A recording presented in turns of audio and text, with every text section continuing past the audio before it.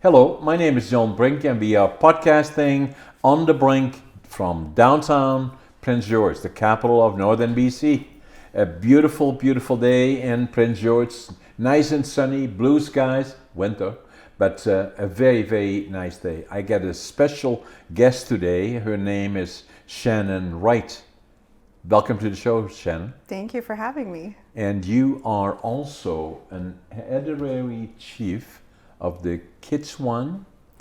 Yes, I'm a Gitxsen hereditary chief. Yes. Yes. And what does that mean? So we start off with, I'm Gitxsen, and then we're broken down into house groups, and so, or clans rather. So my clan is the Frog clan, and from there we're broken down into house groups. So where are they located then? Git and Max. In Kitimat? Git and Max. So it's just in the Hazelton area. Okay. Yes.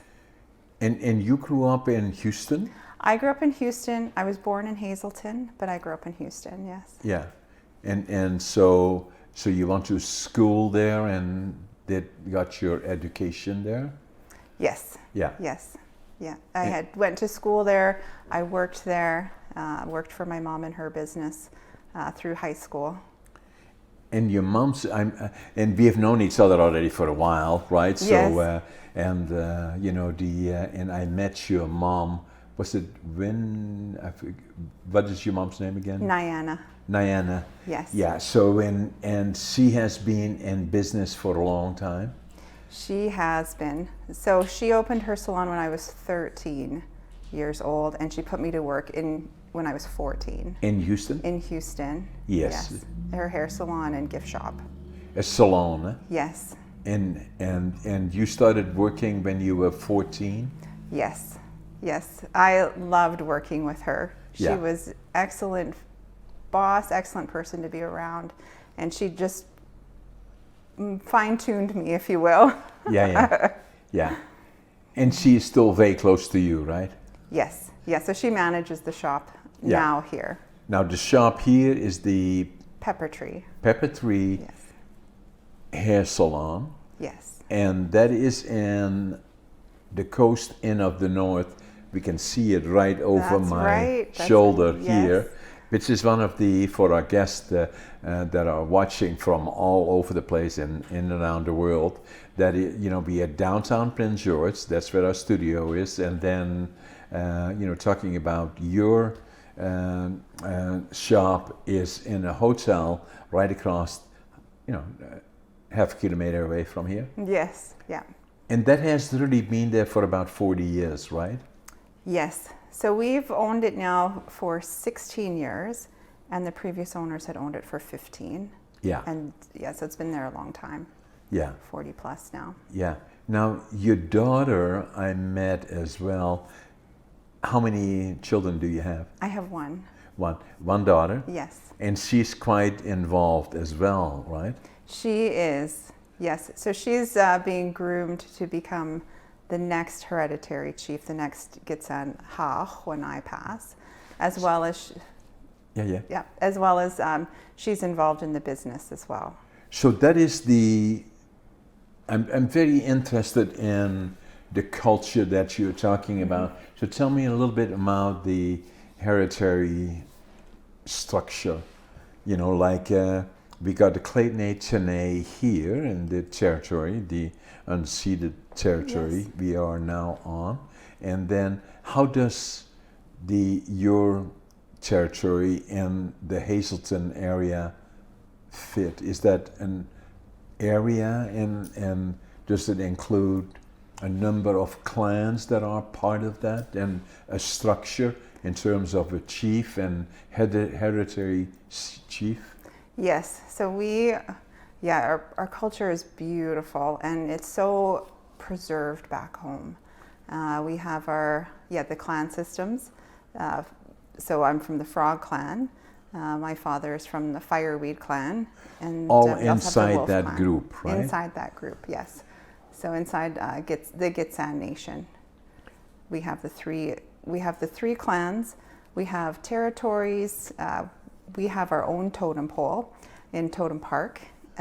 There's fishing lines, trap lines. And the territory is, It's all around the Hazelton area. how big is it? It's like 66,000 hectares. That's a lot of. It's huge. Huge. It's huge, yes. So I believe there's about 67 or 62. So there's somewhere in the 60s of the hereditary chiefs So, of us. and so in the hereditary, sorry, I have a little bit of difficulty with the word. Hereditary chief is the head of the House. Okay. So we're from the nations, then the nation, then the clan.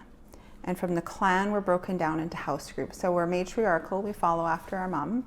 So my mom is in the Frog clan, and more specifically, she's in Wilp's Hauch. And so that's my chief's name is Hauch. Okay. So I'm basically the leader over that group. Okay. Wilp's Hauch. And by birth.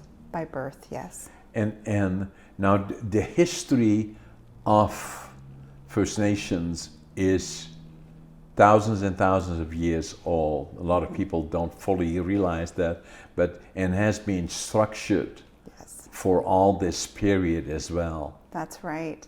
So this is our governing system. Yeah. Right, is the hereditary system. Different than the elected system. Yeah. So we govern our territories, trap lines, fishing lines, as well as we have responsibilities to our house group, our clan, as well as our father house. Yeah. So, for example, before hospitals, it was the father house that would help deliver baby into the world. Right. And it would be father house once that baby grows up and hopefully leads a full, long life. Then it's father house that helps bury the child. So from cradle to grave. To grave. There is a full responsibility of father house. Yeah, it's a beautiful system. And so well preserved. Is that the case with most nations? I think it's starting to come back. Yeah. For a lot that's been lost, right? So it's like, for example, my dad went to residential school. So during that time, right, he was forced to learn English, right? Gitxsen was his, Gitxsenema was his original dialect. That was the only language he knew. And so a lot of the culture was lost, right, during that time. As well as it was illegal to practice too. So now that, with Truth and Reconciliation, we're starting to regain that back. Which is relatively new, right? Yes. So so we have now the National Day for that was celebrated, and is it the week after the Canada Day? In that same period? September 30th, Truth and Reconciliation Day. Yeah, Truth and Reconciliation Day. Yeah. And that was affected maybe by COVID. Was it still, or we were quite involved in it this year, right? Yes. And and in fact, we kind of worked closely with you to do the orange shirt campaign. Yes. And it said on it, and it was designed. I should have taken one with me actually, to show it to our guest. But it's said on it, something was designed by your mom, I believe. Yes. What did it say again? So it was our logo, and it had the meaning of our logo. But underneath it, it says compassion, empathy, love equals change. Yeah. And you were such a pivotal moment in there for us, including my dad, because he says, this is just such a therapeutic healing moment for me to see somebody, you came in and had got all the orange shirts to disperse, just to give out. Yeah. And so it was just this healing moment.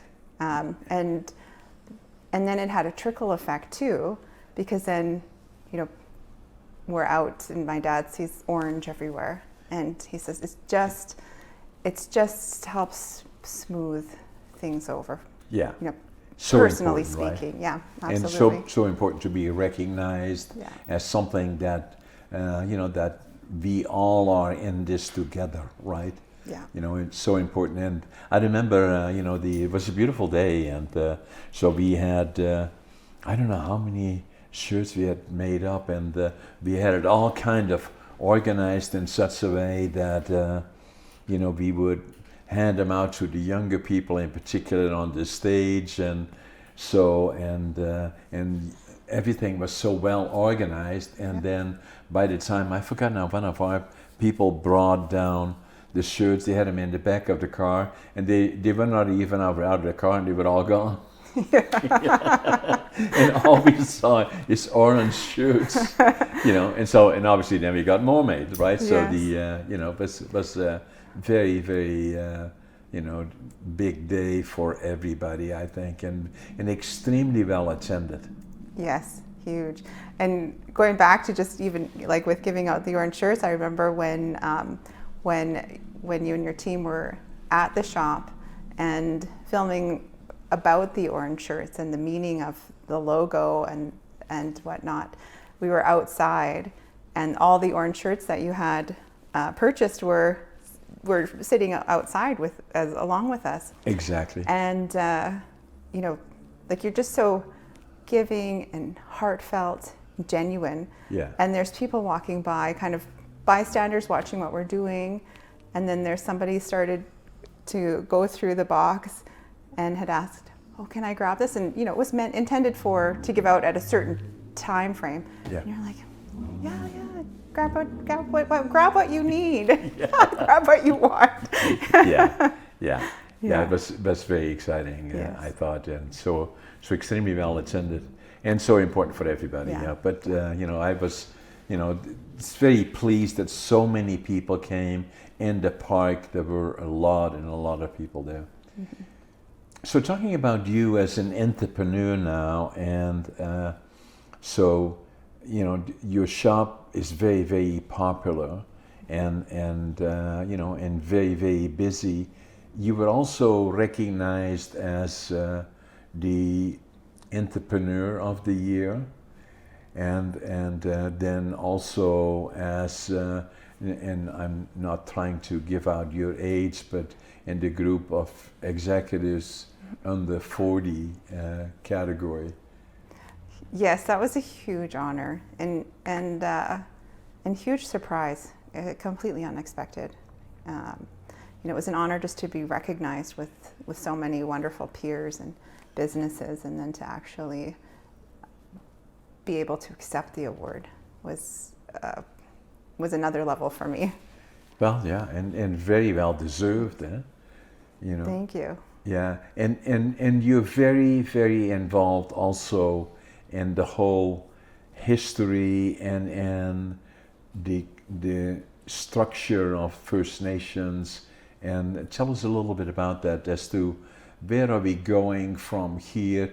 The Truth and Reconciliation was kind of a point of moving forward, mm-hmm. and then some of the things that happened with the schools and all those things were all part of the reconciliation mm-hmm. process, right? Yeah.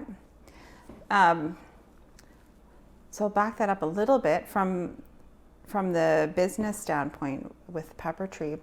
We started to collaborate between our culture plus what we do in the hair industry, and we wanted to showcase our artists and our work, as well as to create a safe space for anyone and everyone just to ask questions, to get to know our culture, right, from who we are, and so that it was bigger than we had ever imagined it to be. Yeah.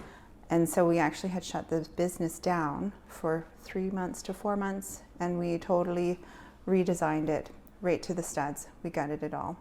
My mom had purchased a drafting software. she's the one that redid our logo to incorporate who we are as First Nations, as entrepreneurs. Yeah. And before it was known as Truth and Reconciliation, I guess Truth and Reconciliation. And then when we reopened, it was this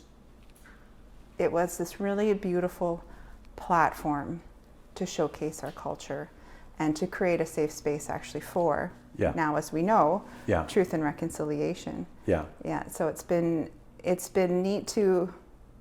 beautiful to witness the growth of the business, and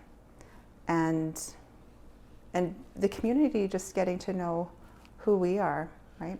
Yeah, and more activity is happening in those areas. Yes. Right. Obviously First Nations have become much more successful in negotiating about treaty rights and about access to timber and revenue, and it is evolving, likely not quick enough, but still fairly quickly, though, as to seeing that there are huge opportunities still for First Nations, in terms of entrepreneurial opportunities, but also in terms of totally reconsidering, their place in their culture and society, and that is being much more recognized now and understood to a certain extent, but still further to go, like what you were explaining about your culture and the structure of the different nations is very unique in a sense, right? Yes. For example, for me growing up, like you mentioned, with being recognized in different levels, stewardship of the land and territories. For me growing up, it wasn't, there wasn't much to see as far as collaborations or, just that conversation of entering onto the territories. But now we're starting to see, now for my daughter, the next generation, she's now witnessing that collaboration and the request to come onto the territories. Right. Yeah. So we're seeing that growth, and like you said, it's not where we need to be, but it's moving forward in the right direction. Yeah, and also in terms of working government to government, Yeah, right? absolutely. Yeah, because I think speaking of the government, I think there's a lot of confusion between the hereditary system and the elected system, right? Like there's the hereditary, the way I explain it, speaking in regards to Gitxsen, Max, or Hazelton, the hereditary system, we take care of Gitxsen, Max, the territories. And the elected system, they take care of Hazelton as the town, as the reserve, right, as that community. So those boundaries actually don't overcross each other. Right. Right. So when we're kind of hearing and, the hereditary system and the elected system are at odds, they actually don't, they have different jurisdictions. Right. Right. So as the hereditary system, we have say over territories. The elected system, they have say over the community or the reserve. But there is no reason that they cannot work closely together, right? Oh, for sure. Yeah. Yeah, absolutely. And that happens more and more as they recognize, land claims and other issues that relate to changes that are happening really as a result of different jurisdictional findings, that several of them have made a fairly major change. I don't recall particular ones, but that there have been a lot of major changes that have driven changes to the different recognition of nations. Yeah, absolutely. Yeah. Yes. So I kind of look at it, obviously my business is in the forest industry. I see great potential there.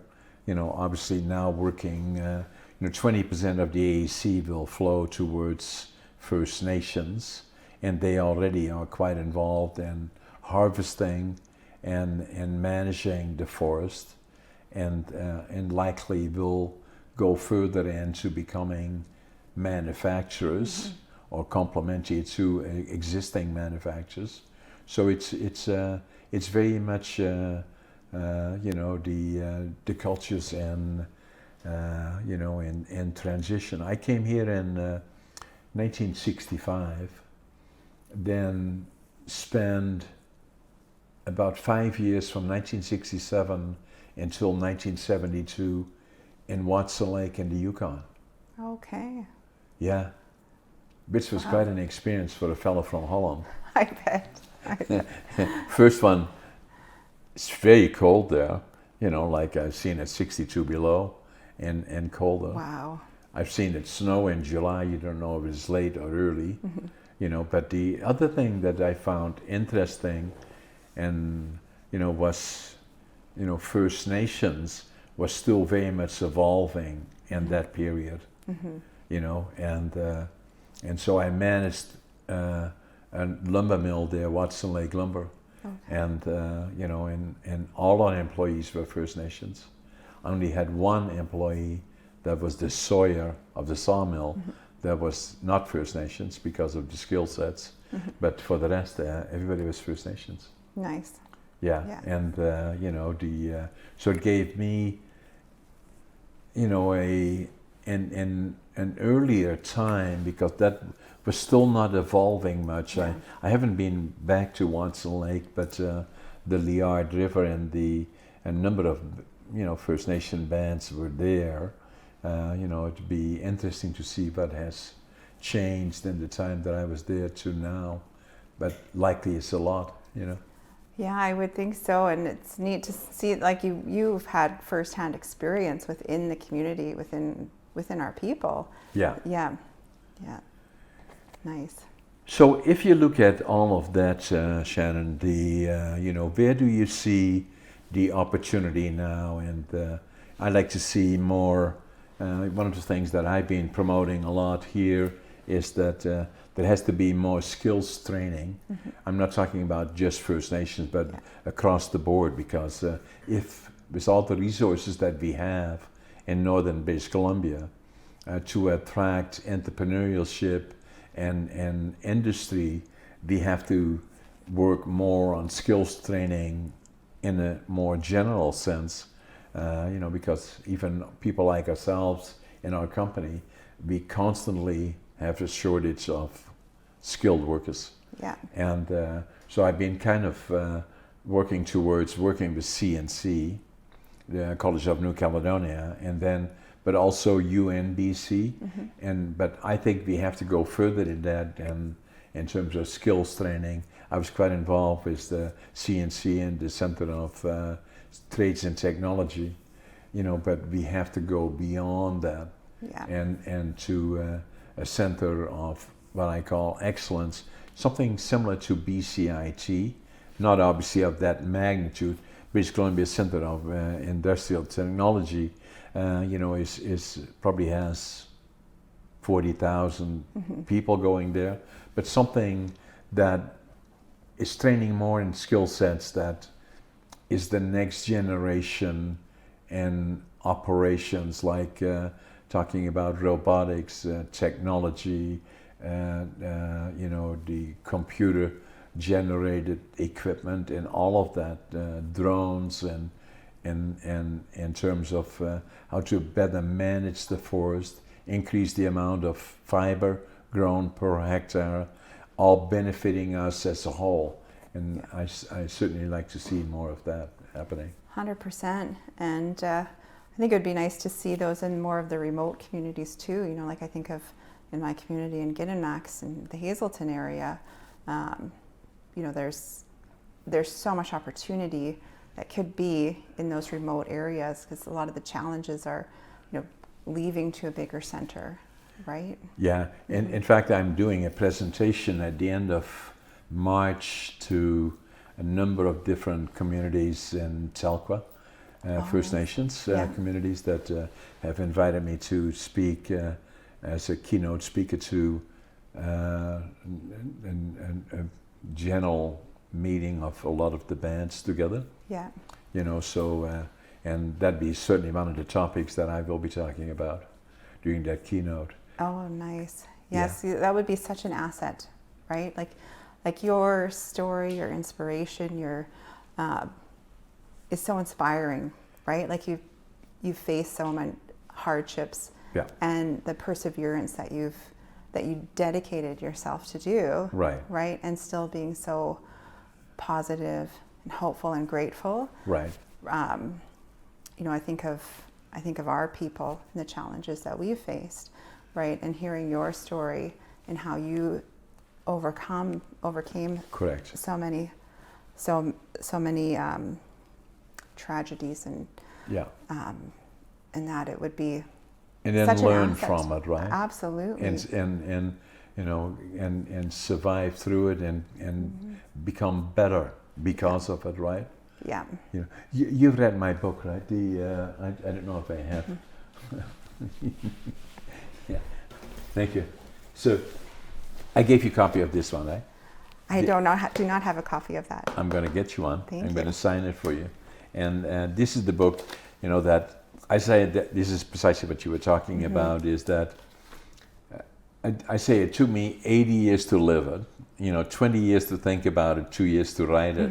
And, you know, it's become quite popular. And it's not hurrah, hurrah, John, how successful he is, but more along the lines that you were saying is all the challenges and all the hardships along the way, and then staying the course, never give up, and you know, and you know, then every time you fall, you get back up again and start over, right? Yeah. And that's what this book is all about. And I'm going to get you a copy of that Thank signed you. before you leave. Thank you. And then the other one that I did. Are you familiar with this one? I'm somewhat familiar with it, yes. You have no copy of it?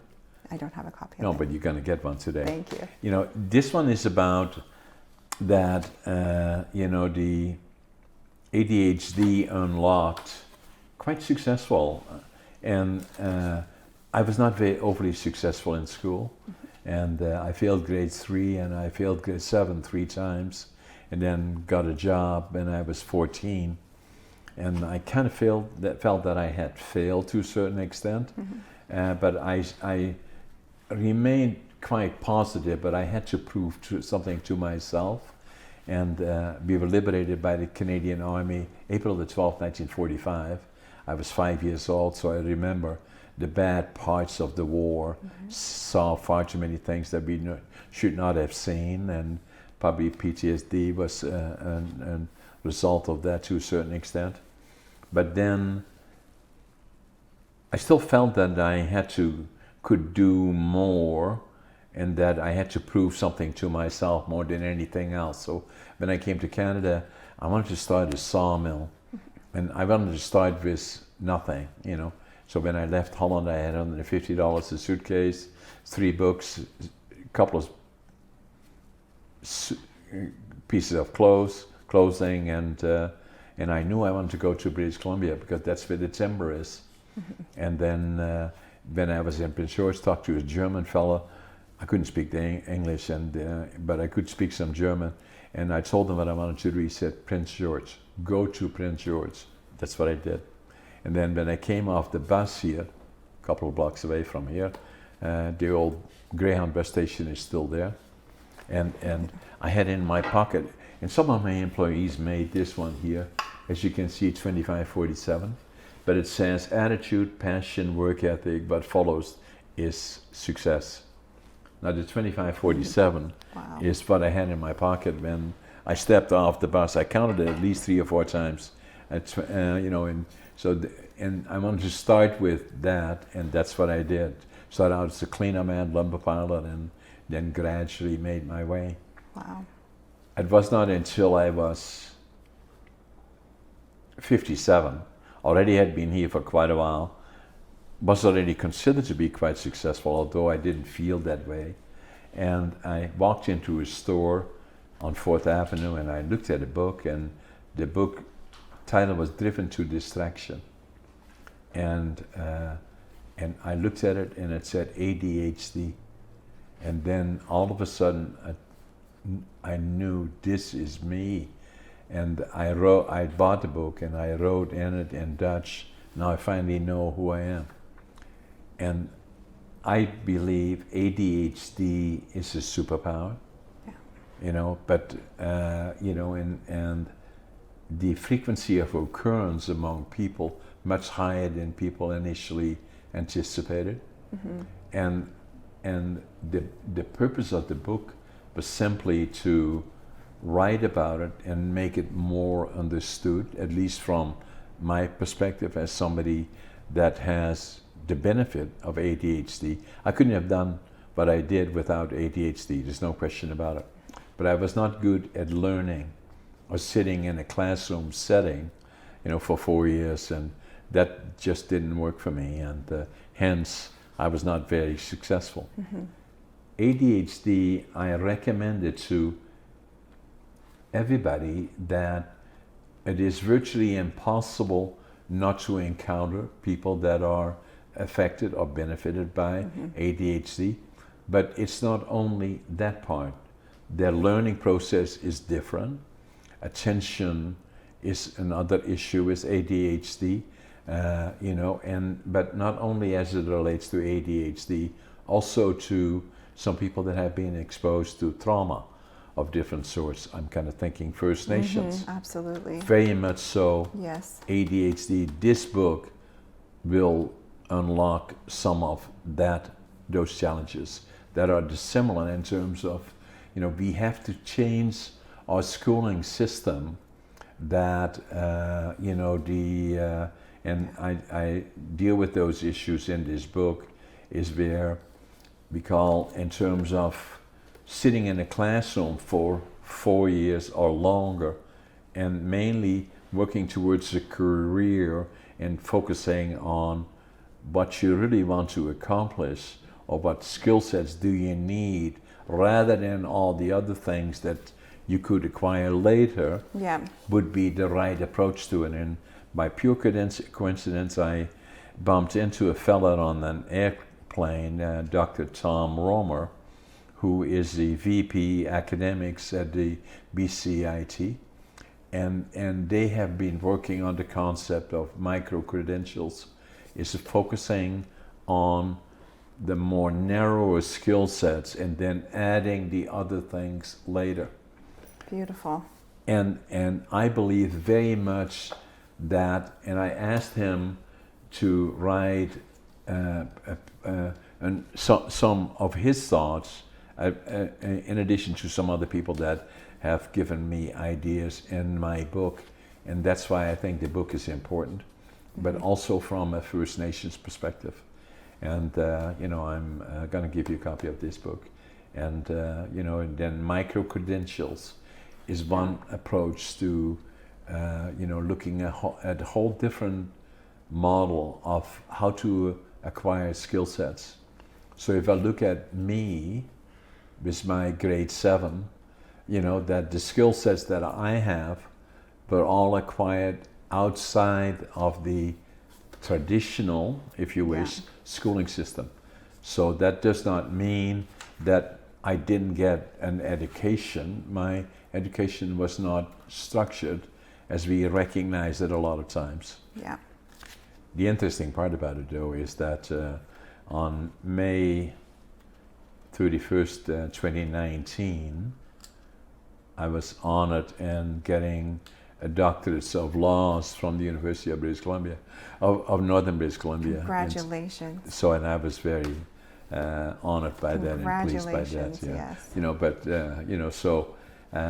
But it allowed me to talk about, the struggles that sometimes go with it.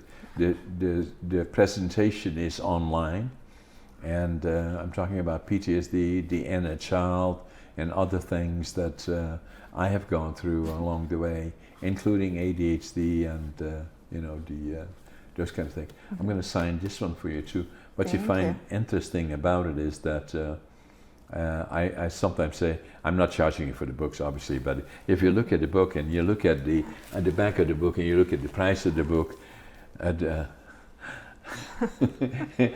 I love it. Yeah, I love it. That's why I price all my books at $25.47. So I'm going to sign them before we, So and then another book is coming out. Actually, we're just in the final stages of that book. Is saying that finding your passion, living the dream, and finding your passion, meaning you're a perfect example of this in terms of you love what you're doing, you're very, very good at it, and you've always had that, and that makes it very fortunate for you as to what you're doing. There's a lot of other people there. I have the same. I always knew I was going to go in the lumber business, and that's what I like, because my grandfather was a master carpenter. My dad was in the lumber. He didn't own a mill, and I always knew I was going to go into lumber. But a lot of people don't know what they want to do or where they should go and how should they go about it. That's what the next book is about, substantially. Is what is it and why is it so important? There's so many people, they hate what they are doing. They don't like their jobs. That means it affects everything around them.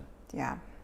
And I can't even imagine what that feels like, to be in a position that you're not happy with, that doesn't bring you joy. Yeah. Right. But it affects everything around you as well, Shannon.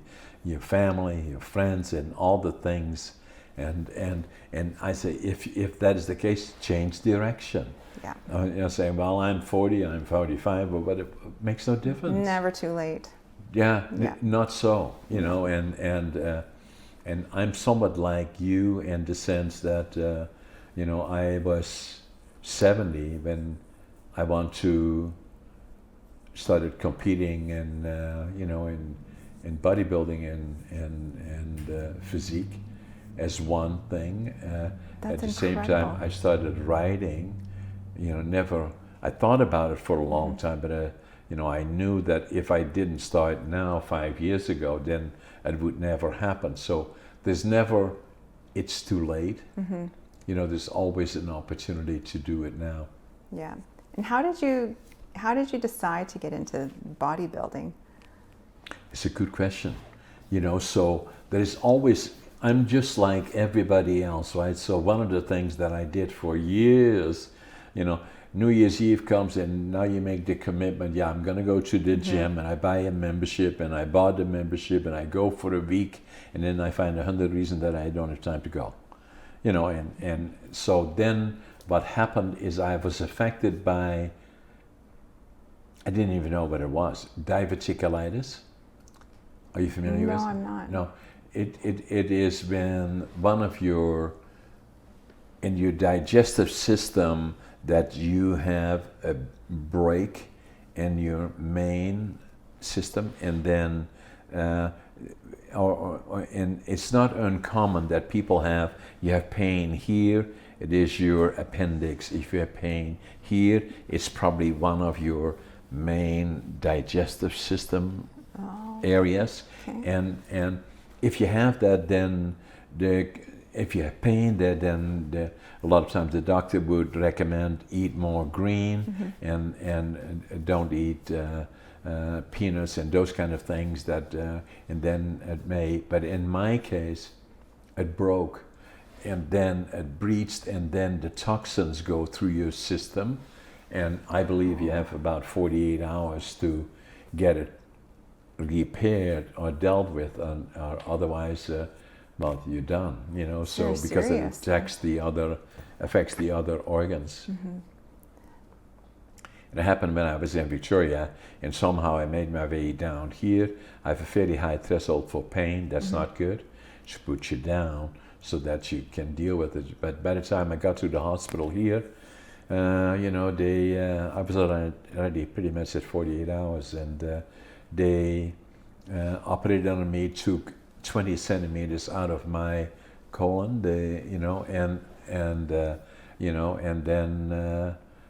Then I was lucky. I came about that close. Wow. so what that did, it kind of motivated me to say I have to pay more attention to diet and and then going to the gym, stay in shape physically, mentally, and so that's kind of got it started in 2008. I started in 2009, and going to the gym in earnest, hired a trainer, and then for the next 5-6 years, I was training, probably 10 hours a week, and and so then it came to the point that I was training, and somebody came up to me and he said, "Have you ever thought about competing?" And I said, "Me." Anyway, so that kind of got me into it. It gave me a goal, and I started then really working in earnest, and then I believe I started competing here at the local competition. There was a show here.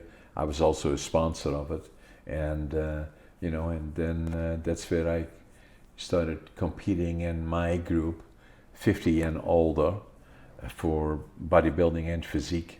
Good for you. And but which is a little bit intimidating because they had a lot of my friends were sitting, and I'm sitting there in my little skinny little outfit and kind of showing off my and anyway, so I got through that one, and then I placed second on bodybuilding, third in physique, but it's qualified me for the provincials. And then there must have been 250 competitors there, male and female, and everybody that was there belonged there. There was no question about it. This is just not, something, no, everybody had put in their hours and their times and their years of training, and it was very, very inspiring. And so I came third physique, second in bodybuilding there, which qualified me for the nationals in the Arnolds. Wow. Yeah. Wow. And then obviously COVID came, and then I stopped. I still was a little bit active, but not like I should have been. And then I started again about, my trainer just reminded me, nearly a year ago, started again in training and wants to go either this year or early next year again, competing on hopefully a provincial level, and then hopefully be successful on a national level. Apparently I'm the oldest competitive bodybuilder in North America. That's incredible. Yeah. That's incredible. Can you imagine? Good for you. Yeah. That's so inspiring, because it's intimidating just even going to the gym, right? Getting back into that, and then you just keep. Well, I need a goal, right? So and then I'm just amazing what your body will do, and no different than your mind. And saying that like I'm 82 and a half, but like this morning I was at the gym, and I'm training with the trainer, and this is not just diddle-daddling around. This is training in earnest, right? And and I love it. And the same applies to the writing, that I thought about it for 20 years, and if I didn't do it now, it would never happen. But then I became really involved in it and liking it, and and then same as the ADHD, very popular, and then the next one is coming out in July. We just finishing off the other one, and it's Finding the Passion, Living the Dream. It's going to be an important one, and I think they'll be very successful as well. Yes, I'm thrilled to hear that you're going to be out in Telkwa area, in my home areas, if you will. Yeah. Because then it would be so great if you could even go a little further down the road, and our people would be so blessed to hear you and witness your story. Yeah, wherever the opportunity presents itself, I'm going there, and the people in Chalkwa asked me about it, and yeah, I'm going to be there, and do the keynote, and wherever the opportunity is to be active. And as you likely have seen in some of our podcasts, I've had some of the First Nations guests on as well.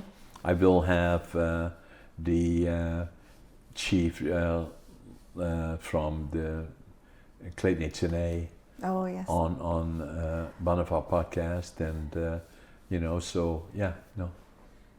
But the podcasting is another one, that I think, not to give you a number, but I think you're number 98 or something. Wow. Podcast that we have done. Yeah, and then before that, before we did it here and before COVID, we did about 35 podcasts. They were not podcasts, but they were on Shaw and doing BC forest history of BC forest industry. Okay. And then, COVID came, and then we said, okay, well, obviously we couldn't use the studio then. And then we decided during COVID, well, let's create our own studio. And this is the result of it. And we have good equipment, and we do it in a professional way. Oh, it's beautiful. Yeah, you stunning like it? Studio, yes. Yeah. Yes. Now the other thing is, you look around, you see the different cameras. They are the one there moves back and forth, and then this one here is what you're looking at is the screen. We also do virtual ones, and that look just like they do on CNN, where we can portray 2 or 3 different people on the same podcast. And we have podcasted people from Central Europe, from Sweden, and more people internationally. Wow, that's incredible. Yeah, and right now we have some of them, and I'm kind of blowing my own horn here a little bit, but we have we're doing a podcast series on BC's forest industry and transition. So we have one that is Bob Schutz as an expert, and myself in conversation as you and me are. 475,000 views. Wow. Can you believe it? Wow. Yeah. And then I had Katie here last week. She did the cooking with Katie. Oh, yes. You know her? Yes. Yeah. She's beautiful through and through. Amazing individual. Yes. I think 160,000 views. That's incredible. That's great. It's an amazing media, right? Worldwide, and becoming broader and broader all the time. And so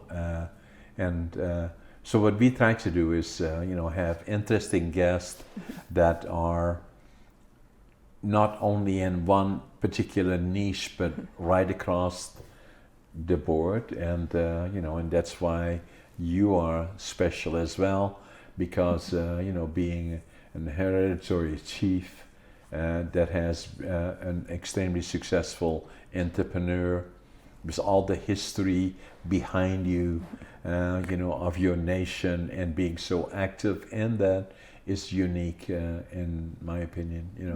Well, thank you. What you've done and what you've created is truly inspiring and admirable, and I think it tells a lot about a person on who you're surrounded with. And you have a beautiful, incredible team. Everyone is so supportive and uplifting, and I'm truly honored that you thought of me to be here. But you're special, So the other thing that, what else can you think about, that comes to mind that you would like to share with us and our guests as you look forward?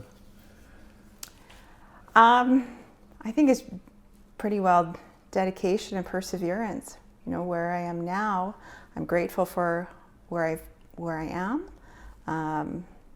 Looking back, I became a chief in 2006, and purchased the pepper tree in 2007. And each stage had different milestones and challenges, and you just keep putting one foot in front of the other and not lose focus on your vision, as well as staying true to who you are. Yeah. Right. So the other part about you is, Shannon, is that you're an example and an inspiration to you know, the First Nations, that everything is possible, right? And to, you know, to live the dream, develop the passion as to what you want to be. The other part about, I believe, I want you to read this and, you know, and give me feedback. But when I wrote this, I was not only thinking about ADHD, although it is amazing. You won't believe, just today I was at, I get infusions for vitamins and kind of things that are healthy, right? So I was sitting at my doc's office. This is all healthy stuff. I'm into health. And, you know, and there was a lady sitting quite a distance away from me, and I kind of heard her talking to my doc and saying she had ADHD. She was diagnosed ADHD. I didn't say anything. And then, you know, then as they kind of are doing what they're doing with her doc, then it took about 5-6 minutes. And then her doc said, yeah, John there, he has ADHD too. She said, I know him, I read his book. I said, oh my God. You know, but so the point that I'm making is that, you know, this one is about ADHD is not, which I first thought when I was diagnosed, and when I saw the book, I knew it, that it was me. It took me 5 years before I went to my own doc that delivered my daughters, and he was a friend, until one day I went into his office and he said to me, why are you here? And John, he said, I think I got ADHD. So him and me explored, and yeah, I did. You know, but I was ashamed of it in the sense that, you know, it kind of looked to me like a mental issue, you know, or, you know, and, but it isn't. It's just the opposite. And, you know, and then that brings me back to, you know, that's why I wrote it, is not only for those that are ADHD, but also others that did not adapt well to the traditional learning routines that we have by putting people 4 years in a classroom to talk about very little stuff that you need, but and saying that we have to kind of relook at the whole learning system in terms of, you know, developing the passion, developing and finding the micro credentials, and saying that those are the areas that we should focus on, and then expand them from there, so that the sooner you can get into a job that you like to do, and then add other things to it if you want to later, then, but at least you get into a career, and not saying that if you want to become this, you have to sit in a classroom for 4 years, 6 years, 8 years, whatever time.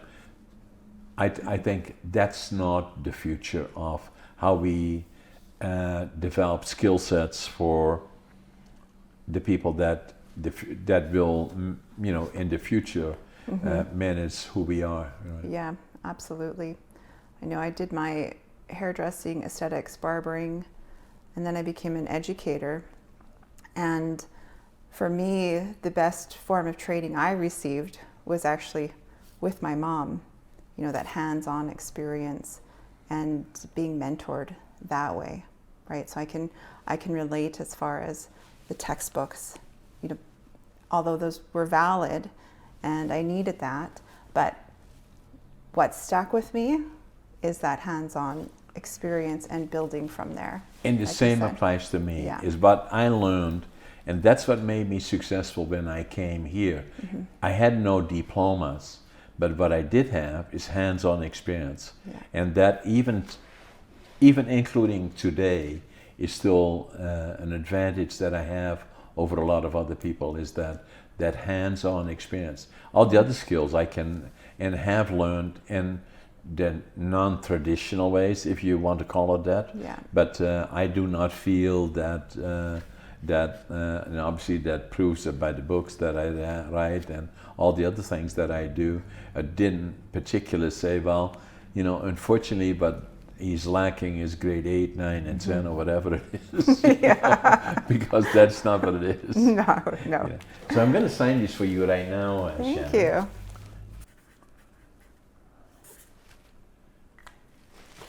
Shannon, Thank you. thank you for being my guest. I'm going to give you a hug, but as soon as we are unhooked.